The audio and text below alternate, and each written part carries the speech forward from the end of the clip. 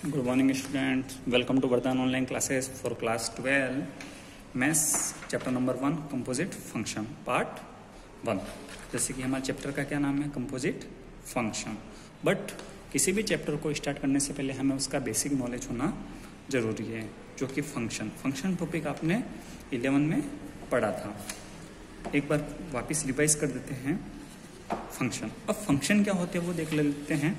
मान लेते हैं हमारे पास एक सेट ए है, सेट ए एंड एक सेट बी है, जिसमें कुछ एलिमेंट मान लेते ए में एलिमेंट ए बी सी है एंड बी में एलिमेंट 1 2 3 कोई हमारे एलिमेंट है। तब फंक्शन की डेफिनेशन क्या होगी, यानी सेट ए का प्रत्येक अवयव यानी ईच एलिमेंट जो भी है, सेट ए का ईच एलिमेंट सेट बी के अद्वितीय यानी यूनिकली किसी न किसी एक से, यानी यूनिकली का मतलब किसी न किसी एक से रिलेशन रखता है।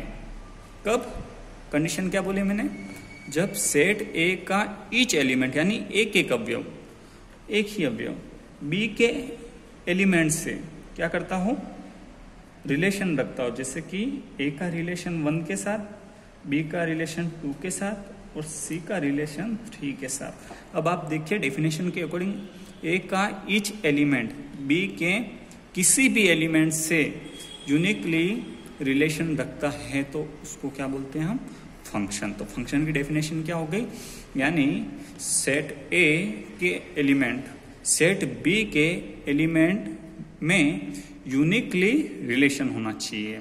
फॉर एक और एग्जांपल देख लीजिए, जैसे कि मान लेते हैं ए में A B C and D element है और सेट बी में 1 2 3 4 एंड 5 हमारे पास एलिमेंट है। तो डेफिनेशन के अकॉर्डिंग क्या हो जाएगा, सेट ए का ईच एलिमेंट सेट बी के यूनिकली एलिमेंट से रिलेटिव होना चाहिए, तभी उसको हम फंक्शन कहते हैं। देयरफॉर मान लेते हैं ए का रिलेशन हमारा किसके साथ है, 3 के साथ, बी का रिलेशन 1 के साथ, सी का रिलेशन 4 के साथ और डी का रिलेशन 5 के साथ। अब आप इस एग्जाम्पल में देखेंगे, यहाँ पर बी का एलिमेंट जो 2 है वो क्या है, किसी भी अवयव से रिलेटेड नहीं है। हमें बी को नहीं देखना, हमें ओनली फॉर ए की तरफ ध्यान देना है, क्योंकि हमारी फंक्शन की डेफिनेशन क्या होती है, सेट ए का ईच एलिमेंट सेट बी के एलिमेंट का क्या होना चाहिए, एलिमेंट से संबंध रखना चाहिए, वही क्या कहलाएगा, फंक्शन। तो अब फंक्शन का कुछ एग्जांपल और देख लीजिए, जैसे कि इसमें दर्शाया गया है ए बी सी डी एक एलिमेंट है एंड बी के एलिमेंट क्या है, 1 2 3 4 एंड 5। अब ए किससे रिलेटिव है, ए 4 से, ये लिखा हुआ ए रिलेशन 4, बी रिलेशन किससे 1 से, सी रिलेशन 2 से और डी का रिलेशन किससे 5 से। अब आप इस एग्जाम्पल में क्लियरली देख सकते हैं कि सेट ए का ईच एलिमेंट बी के यूनिकली यानी एक ही एलिमेंट से संबंध रखते हैं, इसलिए हमारे ये क्या हो गया, फंक्शन। अब आगे देखेंगे कुछ और एग्जाम्पल कि कौन कौन से फंक्शन होते हैं और कौन कौन से फंक्शन नहीं होते। एक और एग्जाम्पल आप देख लीजिए, मान लेते हैं कि ए में एलिमेंट है A B C and D and set B में एलिमेंट है 1 2 3 एंड 4। डेफिनेशन के अकॉर्डिंग 1 का रिलेशन ए के साथ, बी का रिलेशन 2 के साथ, सी का रिलेशन 3 के साथ और डी का 4 के साथ। अभी ये फंक्शन है क्योंकि ए का ईच एलिमेंट यानी प्रत्येक एलिमेंट जो है बी के यूनिकली एलिमेंट से रिलेटिव है। बट मैं फिर से एलिमेंट बी जो ए में बिलोंग कर रहा है, यानी बी एलिमेंट है जो ए में बिलोंग कर रहा है, उसका एक और इमेज बी को 4 के साथ क्या दे रहा हूं, बी का रिलेशन यानी बी रिलेशन ऑफ फर्स्ट किससे 2 से एंड बी रिलेशन ऑफ 4, यानी बी के कितने रिलेशन हो गए, 2 रिलेशन। और जो रिलेशन है हम उनको फंक्शन की डेफिनेशन के अकॉर्डिंग क्या बोलते हैं, इमेज, यानी बी के 2 इमेज हो रहे हैं, कितने, बी के टू इमेज, यानी f of B equal to क्या आ रहा है, 2b आ रहा है, f of B equal to 4, जो कि हमारी डेफिनेशन के अकॉर्डिंग ये रॉन्ग है, क्योंकि फंक्शन में एक ही एलिमेंट दो से रिलेशन नहीं रख सकता। अब देखिए नेक्स्ट एग्जांपल में, देखो ये ए में एलिमेंट है A B C D and B में, सॉरी वापिस, सेट ए में एलिमेंट है A B C and D and B में एलिमेंट है 1 2 3 4 5।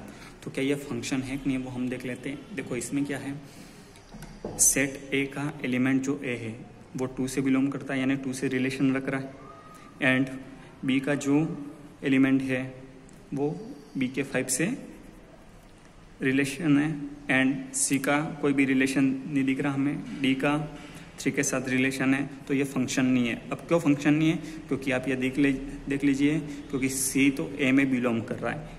डेफिनेशन के अकॉर्डिंग हमारा क्या था कि ए का ईच एलिमेंट बी के किसी न किसी एलिमेंट से रिलेशन रखना चाहिए, यही हमारी डेफिनेशन है। इस अकॉर्डिंग आप देख लीजिए, ए का एलिमेंट सी जो ए में बिलोंग कर रहा है, बट एफ सी जिसको हम 5 बोलते हैं, यानी किसी भी अवयव से रिलेशन नहीं है, इसको हम क्या बोलते हैं 5। सो ये जो एग्जाम्पल है वो हमारा फंक्शन नहीं है।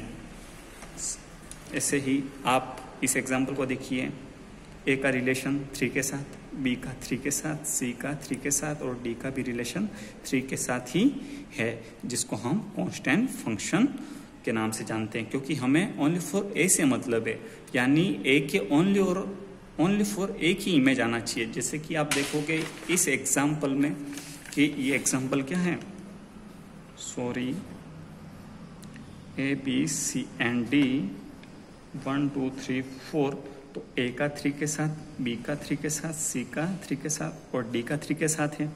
तो आप क्या कहेंगे, एफ ऑफ ए बराबर 3, एफ ऑफ बी बराबर 3 एंड एफ ऑफ सी बराबर 3, एफ ऑफ डी बराबर 3।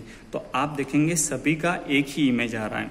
डेफिनेशन के अकॉर्डिंग हमारा क्या डेफिनेशन है कि सेट ए, ये जो एलिमेंट है वो सेट ए के हैं सारे, तो सेट ए के जो एलिमेंट है उनका ओनली फॉर एक ही रिलेशन आना चाहिए, सॉरी इमेज आना चाहिए, तभी ये फंक्शन होगा, अन्यथा ये फंक्शन नहीं होगा। एक और फंक्शन का एग्जांपल देख लीजिए। मान लेते सेट ए में हमारे A B and C element हैं एंड बी में 1 2 3 एलिमेंट है, और ए रिलेटिव 1 के साथ, बी का रिलेशन 2 के साथ और सी का रिलेशन 3 के साथ एंड बी का रिलेशन 3 के साथ वापिस हम कर देते हैं। तब हम देखते हैं कि ए का एलिमेंट बी जो है ए में बिलोंग कर रहा है, बट इसका इमेज देखें बी का, तो बी का इमेज क्या आ रहा है, एफ ऑफ बी बराबर क्या आ रहा है, एफ ऑफ बी बराबर 2 and f of B equal to 3। तो ये क्या हमारा फंक्शन होगा, ये फंक्शन नहीं है, क्योंकि हमारी डेफिनेशन के अकॉर्डिंग क्या है, 2 इमेज नहीं आने चाहिए। जैसे कि आप नोट्स में देख लीजिए, यहाँ पर एक नोट डाला हुआ है, there is only 1 image of each element of set A in set B, यानी सेट ए का ओनली फॉर एक ही एलिमेंट, यानी सेट ए का ओनली फॉर बी में एक ही एलिमेंट से एक ही इमेज होना चाहिए।